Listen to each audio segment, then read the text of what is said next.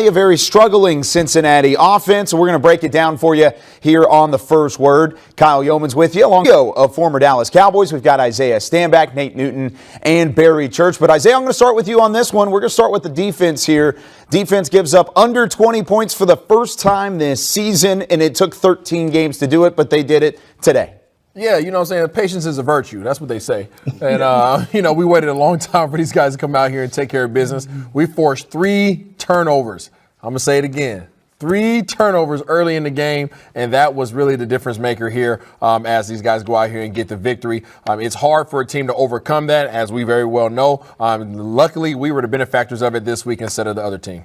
You know, and it's amazing. You look at this game, you say, man, it took all of these weeks to get these 3 turnovers to make something happen like this. But I'm happy for the Dallas Cowboys, man, because maybe they can start building some momentum. Saw some young guys play pretty good, but those 3 turnovers were key, as this young man to my right said. Yeah, those 3 turnovers were definitely key in the win for this game. I mean, it was, to me, this defensive performance was the ultimate bend but don't break. I mean, in between the 20s, the Cincinnati Bengals were able to drive the ball. They were still able to run the ball on this defense, and that's something that I'm a little bit worried about going forward. But overall, they were bend but don't break. When they got into the red zone, they were able to hold this Cincinnati team down, hold them to field goals for the most part of the game. So overall, I think it was one of the better games that the defense has performed. They need to still get better against that run, though.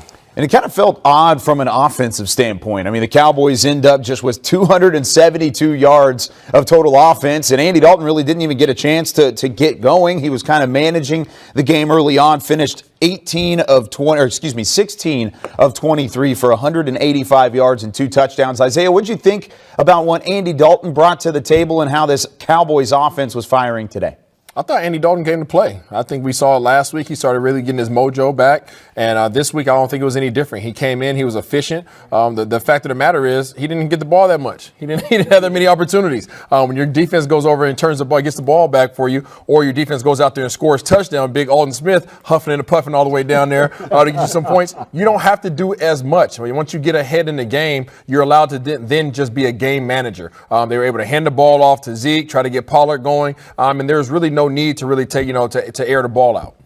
It was just a nice game. I mean, 13 weeks, 14 weeks, we've been looking for this type of performance, and they played complimentary football. It took a while, and I know the team that they played isn't as good as other teams they played, but you have to start somewhere. And today was a good, solid game for these guys. And I'm going to go with you, Church. If we can just ever bottle up that run, we may can do some special things finishing out the season strong.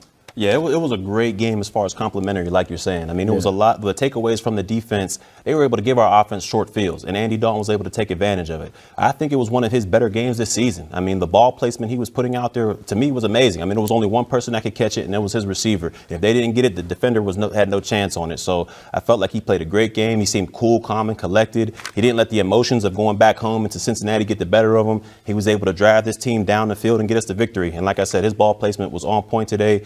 Hopefully we can see more of that with these remaining 3 games for the Dallas Cowboys. And it seemed like he was having fun, which is always nice to see whenever, of course, he's going up against a former team. There was a little bit of added pressure there, but it didn't seem like it. It seemed like he was back home. He was having a little bit of fun going up against Cincinnati, but not as fun for the running game today. And I want to ask you guys, does it worry you in the fact that Zeke only had 12 carries for 48 yards and then Pollard was held under 40 yards on 11 carries against a bottom 4 rush defense in Cincinnati today? The verdict on that is yes. We have to find a way to get this ground game going. I don't know what it's going to take. I think Coach Philbin's done an absolutely awesome job, mixing things up in terms of working with his personnel to establish a solid offensive line with the personnel that he has at his disposal. However, it's not transitioning into a consistent running game. And the reason why we are, sitting here now at 4-9 is because we haven't had a consistent running game. It's one of the factors. And, we have the running backs to do it. Something has to change within our scheme, within our approach. We have to find a way to become efficient because right now we're not. When you win 30-7 due to the turnovers, you don't worry as much, but it's always going to be a factor, running the ball. You got Zeke, you got Tony Pollard, and you're going to want things to happen. But this offensive line, they're holding on. They're maintaining. Coach Philbin, once again, great job. And they're just trying to find a way. And that way was complimentary football, defense playing well, getting the 3 turnovers, guys being efficient enough to maintain the ball. I mean, you just have to settle for what you can get at this time. Yeah, I think you're right about that. You're definitely going to have to settle for what you can get right now. I mean, we have a patchwork offensive line going right now. A lot of injuries. A lot of our stars, our all-stars, are out for the season. So Yes. right now we're working with a patchwork, and I think Philbin is doing an amazing job with these guys as far as pass protection goes. Because this is another game. You know, yes, Andy Dalton went down a couple of times today, but for the most part, he had a clean pocket and he was able to go out there and throw the ball well. But in the running game, it seems pretty muddied up. Like it's stuffed up in there. It's hard to get a running lane for our runners out there, Zeke or the change of pace back in Tony Pollard, to get any traction or anything going. So we're going to have to figure out somehow, some way. Maybe it's creativity. Maybe it's a different way to get these guys the ball and get them involved in the run game. But we're going to have to figure out some type of way to get this run game going, at least for some momentum going into next year. And we mentioned the turnovers on the defensive side of the football, but I'm curious to see what you guys think about what the secondary brought to the table today. Of course, Cheeto Awuzie out. Both Donovan Wilson and Anthony Brown were inactive. They were thin as is and then kind of banged up on the back end of that game as well. But Isaiah, what did you see from the secondary that worried you, but also might be something positive moving into the last 3 weeks? Yeah, there wasn't a whole lot of positive that I could take away. Maybe Barry, you know what I'm saying, being a secondary guy, can take a little bit more from it on a positive end. But I think these guys were still getting routed up. I think Tyler Boyd was able to show his skill set. I think A.J. Green had a reawakening. And it just Higgins had a couple catches in there as well. There wasn't much. We played a pretty soft shell defense today. We played a lot of too high, a lot of cover four, which is guys playing quarters of the field, not allowing things to get behind them so much. That bend but don't break defense, as these guys have alluded to. So there wasn't much out there for us to see, but these guys were still getting beat, and whenever they did have those one-on-one matchups. And you know what, Mr. Standback, we've been begging for 10 weeks to say, keep guys in front of you. Yep. Because the first few weeks, guys were running behind us. So we finally understood that we can keep guys in front of us and come up and tackle them. We can be church-like. Thank you.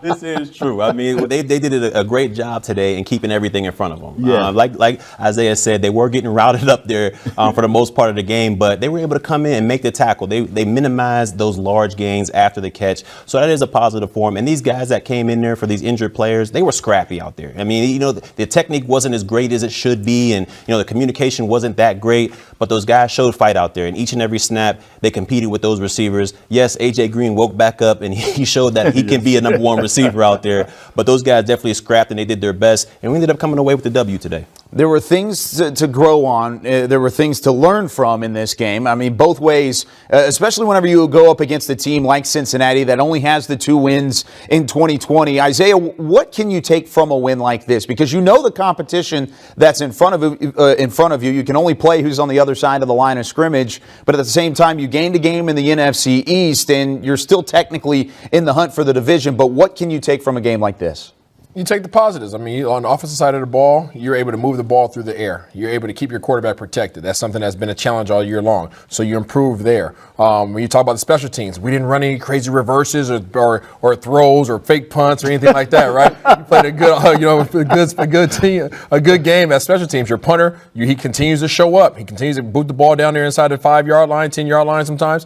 And then on the defensive side of the ball, you know, we played that bend but don't break. We didn't get beat deep, which means that you give yourself an opportunity.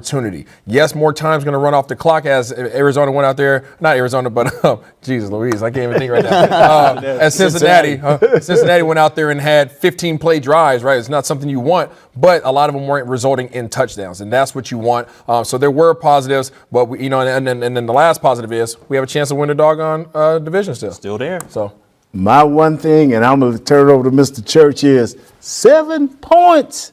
They scored once, 7 points. When the last time we have not given up 34 points. I'm happy and I'm excited. Yeah, hey, look, there's only one positive for me to take out of this, and that's that we got the W. I mean, look, it was ugly, it was scrappy, but, hey, the defense made more plays at the end of the game that we needed to make to get the W, and, hey, rejoice. Be happy that we got the W. Well, the Cowboys snap a 2-game losing skid, and they get win number 4 of the 2020 campaign. There's more post-game reaction and coverage on Dallas Cowboys coming up, but that's going to do it for us here on The First Word.